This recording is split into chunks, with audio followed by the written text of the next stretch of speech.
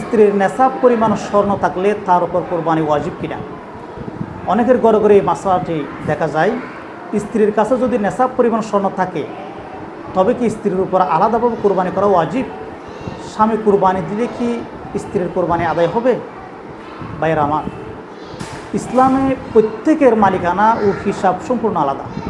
স্ত্রীর মালিকানা যদি 7.5 তোলা স্বর্ণ থাকে কিংবা কিছু স্বর্ণ এবং তার সাথে কিছু নগদ টাকা থাকে বা রূপা মিলিয়ে 52.5 তোলা রূপার সমপরিমাণ মূল্যের সম্পদ হয়ে থাকে, তবে শরীয়তের দৃষ্টিতে স্ত্রী একজন স্বাধীন নেশাবের মালিক।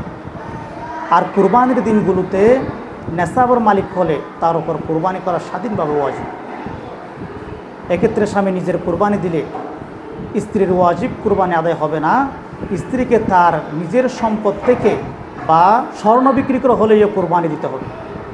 তবে হ্যাঁ, স্বামী যদি স্ত্রীর অনুমতি নিয়ে নিজের পক্ষ থেকে স্ত্রীর কোরবানিটি স্পন্সর করে বা টাকা দিয়ে দেয় তবে স্ত্রীর কোরবানি আদায় হয়ে যাবে।